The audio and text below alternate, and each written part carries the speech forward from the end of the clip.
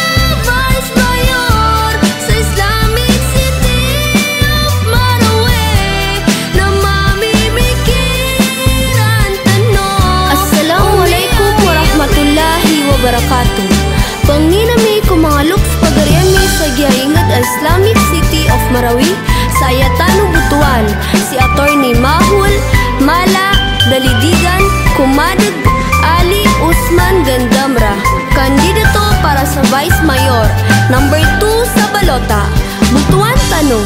Si Mahul Usman Gandamra bilang atawa dato mong tulago kasarigan. Si Mahul Usman Gandamra kandidato sa Vice Mayor sa Islamic City of Marawi, na mamimikiran tano umiabi-ami. Si Mahul Usman Gandamra bilang atawa dato mong tulago kasarigan. Si Mahul Usman Gandamra kandidato sa Vice Mayor sa Islamic City of Marawi, na mamimikiran tano umiabi-ami. Assalamualaikum warahmatullahi wabarakatuh.